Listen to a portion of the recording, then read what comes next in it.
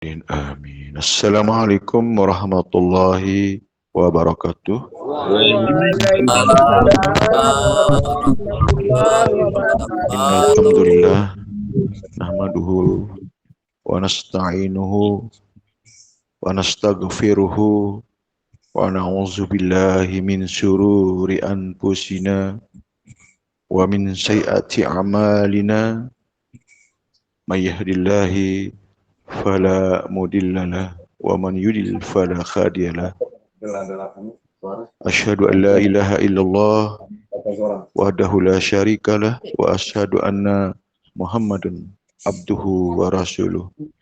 Allahumma salli ala sayyidina Muhammad wa ala alihi wa sahbihi ajmain, amma ba'du. Kepada Bapak-bapak pembina, Bapak-bapak penasehat, kepada Bapak para badal, kepada Bapak pengurus yayasan, Bapak pengurus perguruan singkatnya, kepada Bapak-bapak, Ibu-ibu jamaah perguruan Tauhid Naksabandi yang mengikuti zikir jahar online rahimakumullah. Terlebih dahulu kita sama-sama manjatkan puji syukur kepada Allah Subhanahu wa taala atas limpah rahmat, taufik, hidayah dan inayahnya kepada kita semua, sehingga pada kesempatan ini kita dapat menghadiri majelis zikir dan melaksanakan kewajiban dan rutinitas kita di dalam wadah perguruan Tauhid Naksabandi. Semoga amal ibadah kita senantiasa dilimpahkan rahmat dan ridhonya. Amin. Amin rabbal alamin. Kemudian kita menyampaikan salawat dan salam kepada junjungan alam, junjungan Nabi besar Muhammad sallallahu alaihi wasallam. Allahumma salli ala sayyidina Muhammad wa ala ali sayyidina Muhammad. Atas bimbingannya, petunjuknya, syafaatnya kita harapkan moga-mogi kita dapat mengikuti, artinya melaksanakan apa yang beliau perintahkan secara zahir dan batin. Amin ya rabbal alamin. Alhamdulillah wa syukurillah wa nikmat Allah bahwa zikir dan zikir ini yang selalu kita lakukan ini merupakan adalah penempaan, ya, merupakan cara kita menghilangkan kepenatan, ya, menghilangkan kehidupan-kehidupan yang terkait tentang urusan-urusan material, ya, urusan jahil sebenarnya. Zikir ini adalah alat pembersih, alat untuk meninggalkan keluh kesah, ya, persoalan-persoalan berkaitan masalah urusan-urusan dunia. Itulah sebabnya Allah dan melalui Rasulullah SAW yang mengingatkan supaya zikir ini selalu kita amalkan setiap waktu, setiap saat, kapan dan di mana saja. Di dalam kehidupan dunia lebih-lebih dan di dalam kehidupan akhirat. Luar biasa, zikir yang kita lakukan ini adalah zikir yang kita nikmati, yang kita buktikan, ya, yang dapat kita rasakan kenikmatan dalamnya. Kebahagiaan itu ada di situ di dalam zikir. Namun demikian itu akan datang ketika kita lazimkan zikir itu. Kan tidak mungkin akan muncul begitu saja. Ya, semua itu melalui proses. Perlu suatu kesungguhan di dalamnya, ya. Perlu suatu keseriusan di dalam zikir. Terus ya, jangan hanya memikirkan nilainya, ya. Jangan memikirkan ya efeknya. Jangan kita memikirkan daripada ya ufahnya, ya. Atau sesuatu keistimewaannya itu adalah menjadi bagian yang kita peroleh sesungguhnya ketika kita sudah melakukannya. Nah, itu. Jadi kita hanya berzikir dan tunduk kepadanya, fokus, ya, kepada zikir itu sendiri. Nah, jadi kita sudah ada ditunjukkan cara bagaimana kita fokus, bukan kepada lisan kita, gerakan kita, dan pikiran kita, akan tetapi ada fokus kepada apa yang ada di dalam hati kita. Dengan itulah kita berzikir. Dan dengan itulah kita mengingat Allah. Waskuris wa tabattal ilahi tabatila. Ingat dan beribadlah dengannya, berzikirlah dengannya, dengan penuh ketekunan, dengan penuh kehusyuan. Itu sesungguhnya, dan inilah yang menjadi kebahagiaan. Ini menjadi satu ketentraman ya kita, jiwa kita, ruh kita. Itu ya sebagai penerang di alam sadar, di dalam bawah sadar kita, di alam dunia, lebih-lebih di alam akhirat itu sebenarnya. Itu terbawa, itu akan terjaga. Ya. Itu akan kita temui semuanya. Itu yang sebenarnya. Jadi inti daripada semua ibadah itu ada pada zikir, bukan pada yang lain.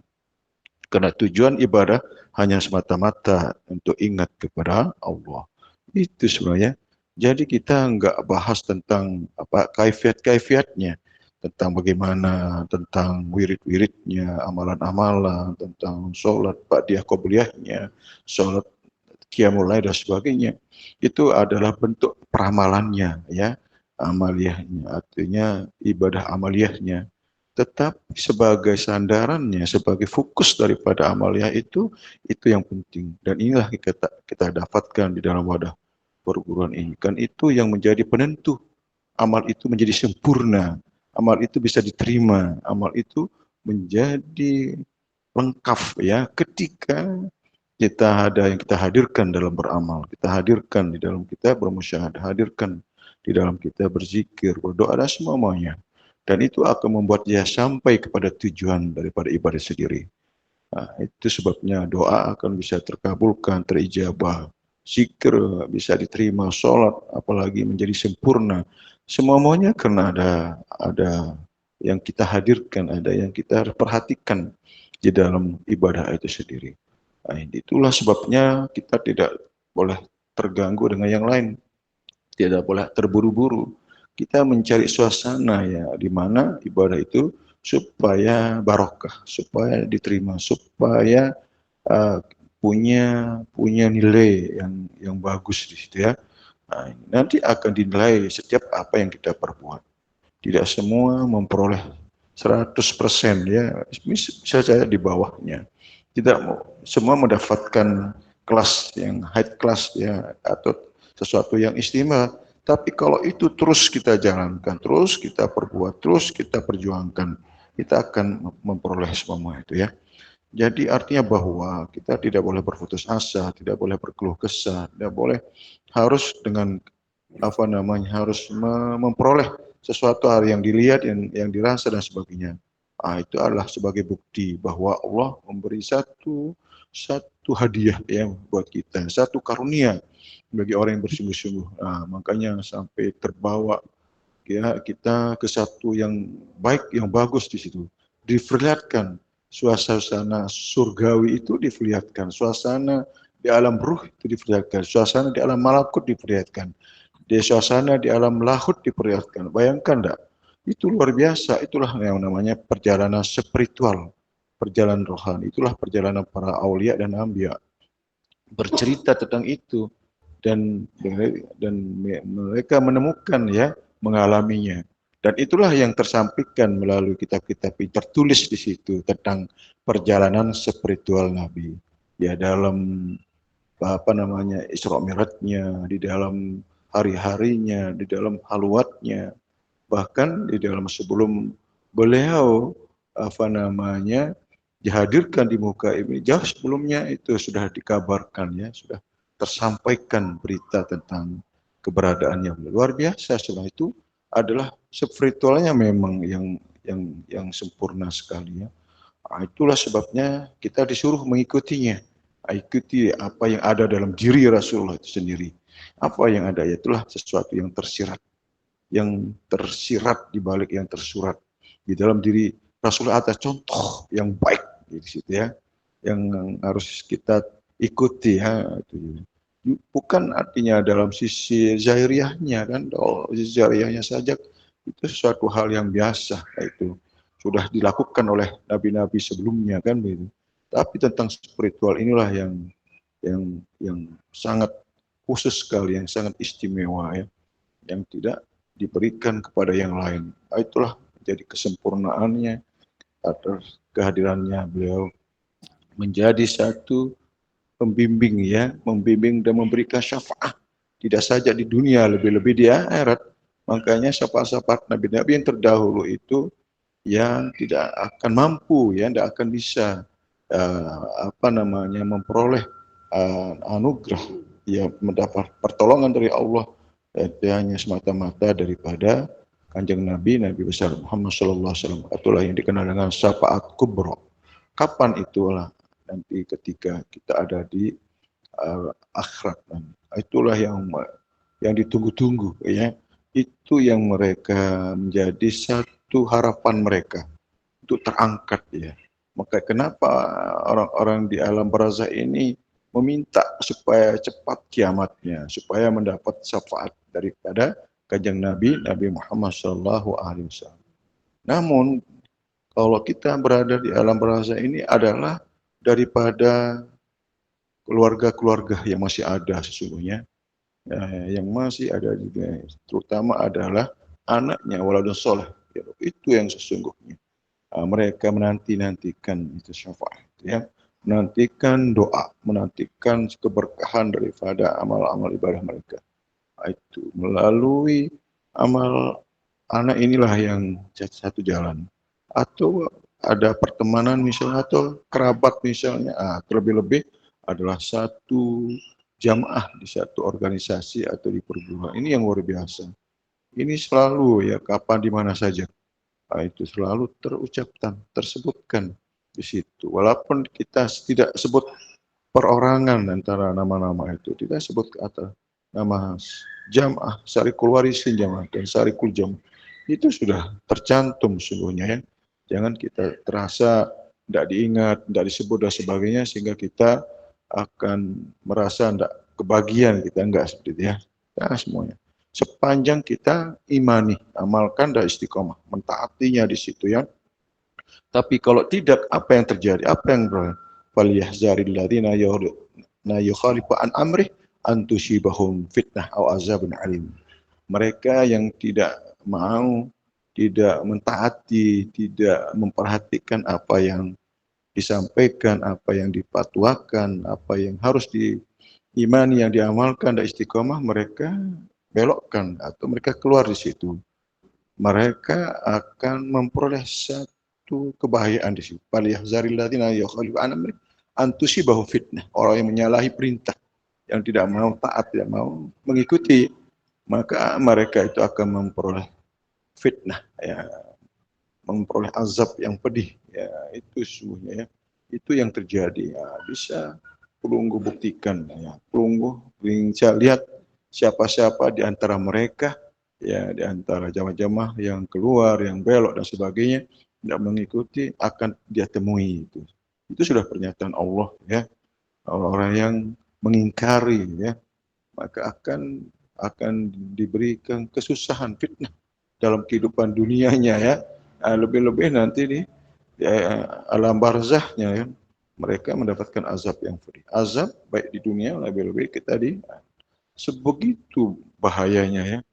Itu. Jadi sebegitu sederhananya, segitu mudahnya kita untuk mengimani dan mengamalkan, namun sebegitu berat juga risikonya ketika kita belokkan, kita keluar, atau kita tidak benar-benar mengikuti sebagaimana yang diarahkan atau yang dibimbing. Itu sebenarnya, ya, saya pribadi selalu teliti, ya, selalu memperhatikan tentang persoalan ilmu hidayah petunjuk ini, karena ini menjadi satu penentu, ya, menjadi nasib, itu bagian kehidupan kita.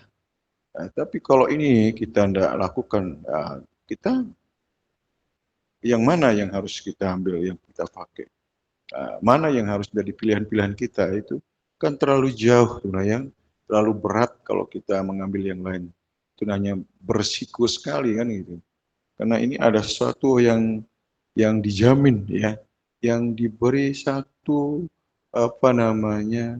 ya, satu ketentuan, ya, satu yang sudah pasti, gitu, ya.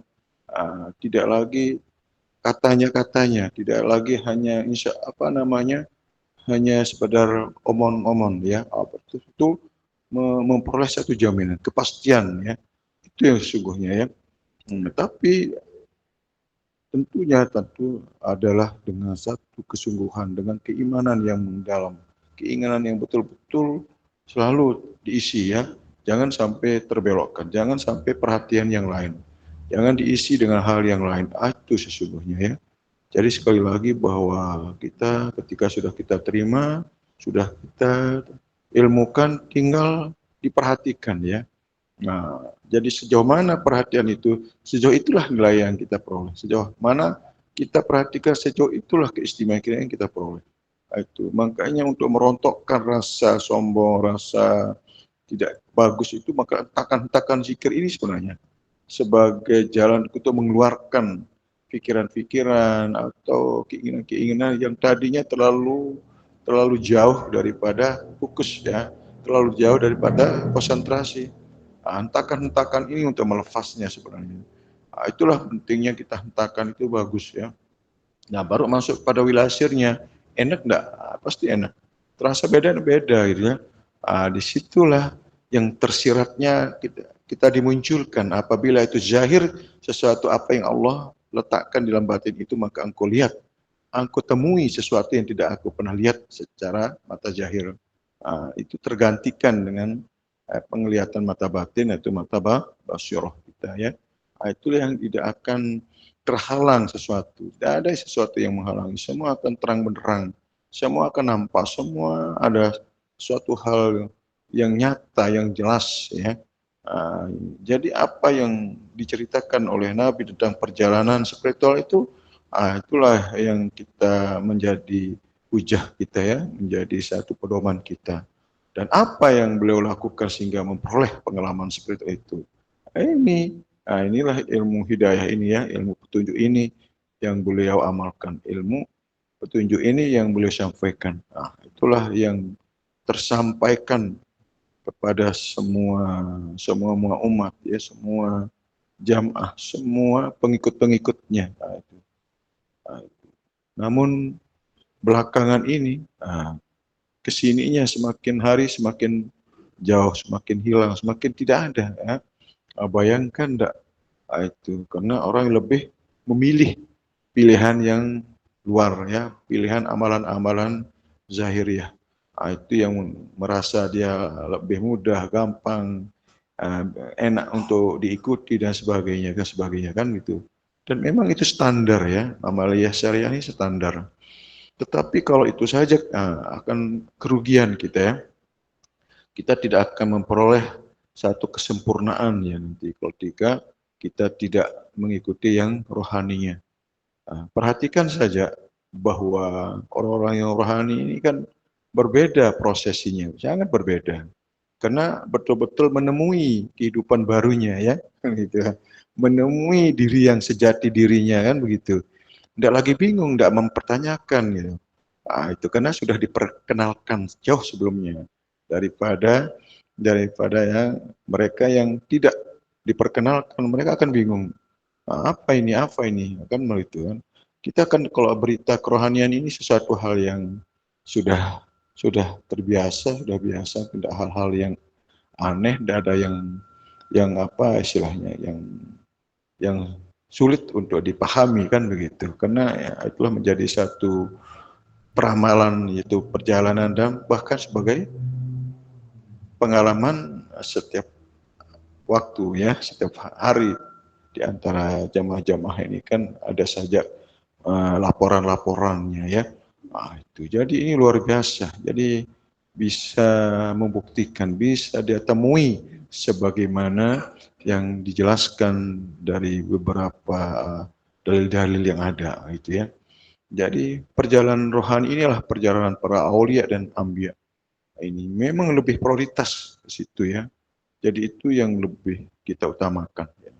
Yang lain-lain ini adalah tambahannya untuk mengisi kekosongan dalam kehidupan kita hari-hari supaya ada kegiatannya. Maka syariat ini penting. Itu dari semua hal dalam kegiatan ibadah yang sifatnya asasiah, itu perkara-perkara yang sosialnya kan begitu.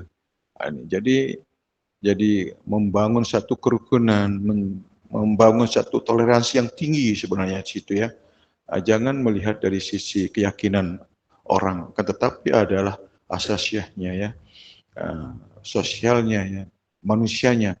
Karena semua ini ya terlahir, tercipta dari ciptaan yang sama, ya, dari dari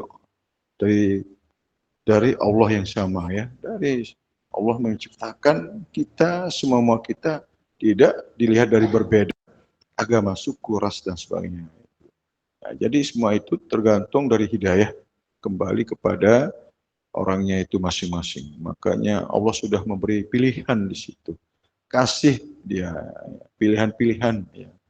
Jadi ada pilihan-pilihan yang terkait tentang agama mereka, terkait tentang keimanan mereka, tentang keislaman mereka kan begitu.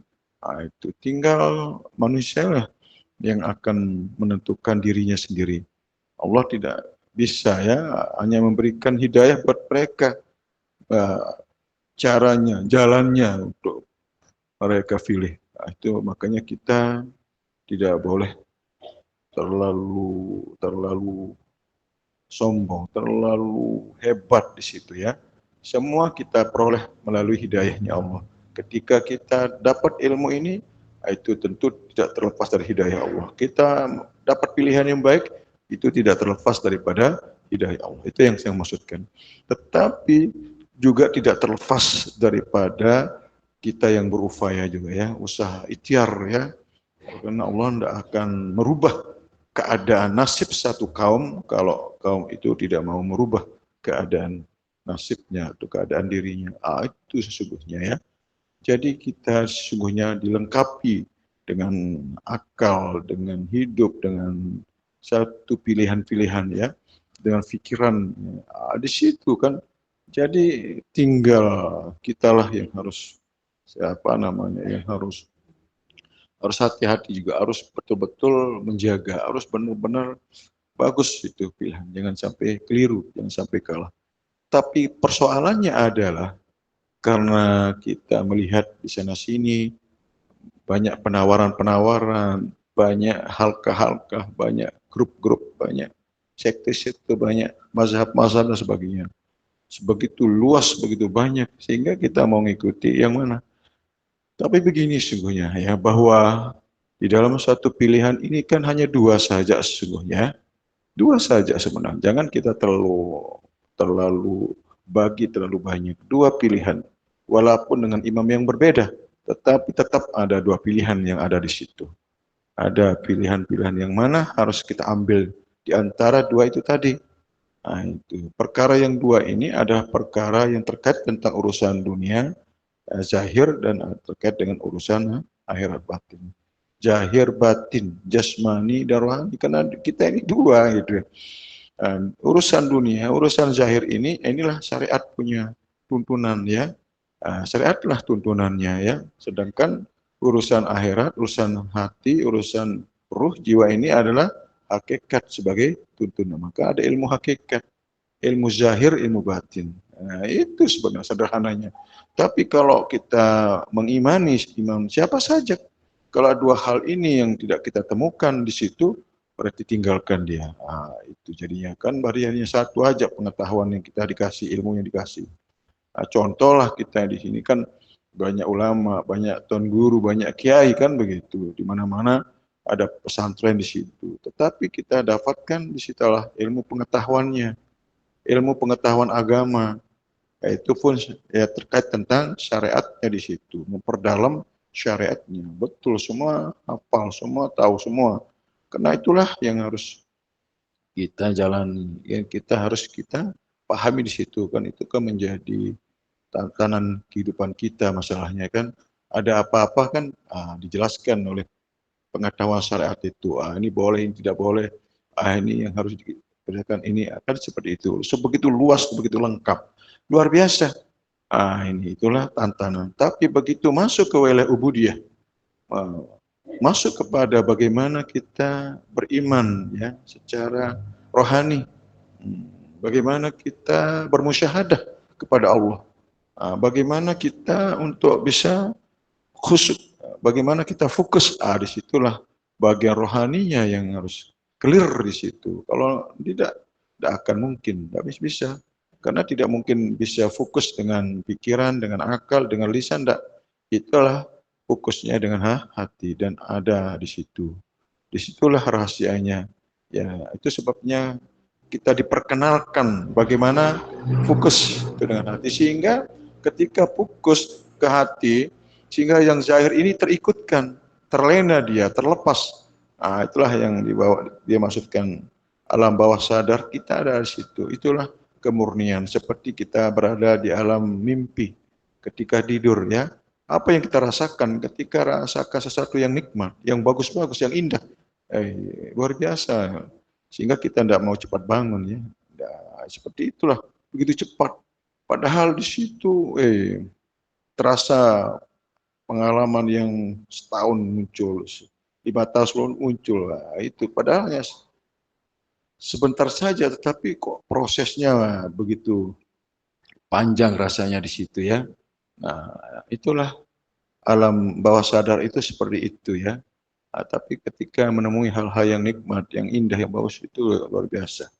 Yang membuat kita tidak pernah rasa jenuh ya, tidak pernah rasa bosan ya, dan kita ulangi. Itu sebenarnya itu kan separuh daripada kehidupan akhirat sebenarnya. Itu sebagai percobaan, sebagai tanda bahwa orang itu ada ndak pengetahuan mereka, ada ndak kesadaran mereka tentang kerohanian itu. Maka Allah munculkan, yang Allah beri jalan melalui mimpi itu sebenarnya ya. Itu makanya nisful maut, ya namanya setengah daripada yang orang yang mati, karena orang yang mati ada ketika itu adalah jiwa mereka ada pada Allah ya. Maka begitu dia bangun, Allah kembalikan lagi ke jahir kita ini. Bayangkan enggak kalau itu diambil, maka akan udah off kita di situ ya. Itu jadi kita kembali kepada daripada asal kita ya, dari Allah Subhanahu wa taala. Itu namun demikian, kita ini kan supaya diterima di sisi Allah, berada di tempat yang baik di sisi Allah. Itu sebabnya kita perlu persiapan itu, perlu ya apa yang menjadi persyaratan kita ke Allah, apa yang menjadi kewajiban menjadi ya rukun-rukunnya ya, persiapan kita ke situ supaya ke situnya tenang aman. Itu soal. Ini tidak bisa maunya kita ya, maka Allah memberi bimbingan, Allah kasih tuntunnya melalui baginda Rasulullah SAW, apa yang harus kita perbuat, apa yang harus dikerjakan oleh rohani ini, sehingga ketika balik ke Allah, baliknya dengan aman dan tenang, telah berpulang ke rahmatullah dengan tenang. Itu sesungguhnya, itulah yang terjadi dari beberapa jemaah kita yang sudah check out, sudah luar biasa ya, dengan cerita masing-masing mereka ya, dengan pengalaman spiritualnya itu tersampaikan melalui pesan-pesannya itu. Ini sudah ditunggu sama Dato, sudah ditunggu sama almarhum ada apa namanya, ada dijemput mereka. Bayangkan enggak, luar biasa.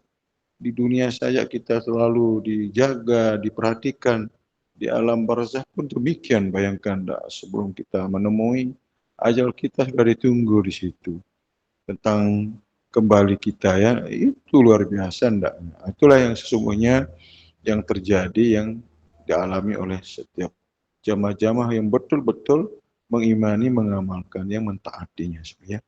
Itu. Jadi sekali lagi bahwa pesan ini bahwa ilmu ini harus kita benar dijaga, diperhatikan ya, menjadi satu menu yang utama di dalam kehidupan sehari-hari supaya jiwa ini tercerahkan, roh kita damai, roh kita ini akan menjadi jiwa yang sempurna, ya jiwa-jiwa yang berbahagia, yang tenang, yang berada di sisi Allah. Tapi kalau enggak, masuklah jiwa-jiwa yang kotor, yang ditolak.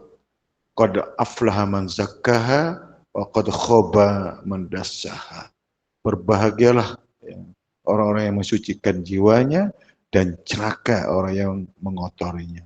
Itu jadi itu harus menjadi jiwa yang suci, yang bersih, Karena jiwa yang bersih itu tentu tidak terlepas dari zikir kepada Allah SWT. Selalu diisi dengan zikir. Kalau jiwa-jiwa yang lalai, jiwa yang lupa, yang gafil, dia yang enggan untuk berzikir, menghina zikir, dia malah tidak mau berzikir. Itulah jiwa-jiwa yang bermasalah, ya. Jiwa-jiwa yang susah, itu ya. Itu jiwa-jiwa yang sudah di dunianya ini sudah gelap, lebih-lebih nanti di akhirat akan menemui dirinya dalam situasi yang gelap di situ. Itu bahayanya. Itu sebabnya selalu kita ingatkan bahwa zikir adalah sebagai satu menu yang utama. Perhatian yang utama jadi satu-satunya yang harus menjadi perhatian, ya. Ya, karena kalau memperhatikan apa yang sudah ditunjukkan kan tidak terhalang oleh waktu dan tempat, terhalang oleh keadaan dan sebagainya dalam situasi apapun sebenarnya bisa dilakukan kok. Nah, itu jadi itulah sebagai tumpuan, sebagai kekuatan kita, ya, sebagai harapan kita untuk memperoleh satu kebahagiaan yang kita inginkan, yang kita harapkan berada di sisi Allah yang Maha Mengetahui, yang Maha Agung, yang Maha Mulia, yang Maha Rahman dan Rahim, yang Maha Bijak, yang Maha memberikan satu ketetapan, ya, kepada kita. Semoga dalam hidup ini tidak terganggu, ya, tidak terbelokkan keimanan kita oleh siapapun, gitu ya. Sebagaimana harapan Allahumma sabit qulubana bil iman hatta indal maut, ya. Semoga bermanfaat apa yang saya sampaikan pada malam ini. Kurang lebihnya mohon maaf. Wabillahi taufik. Wassalamualaikum warahmatullahi wabarakatuh.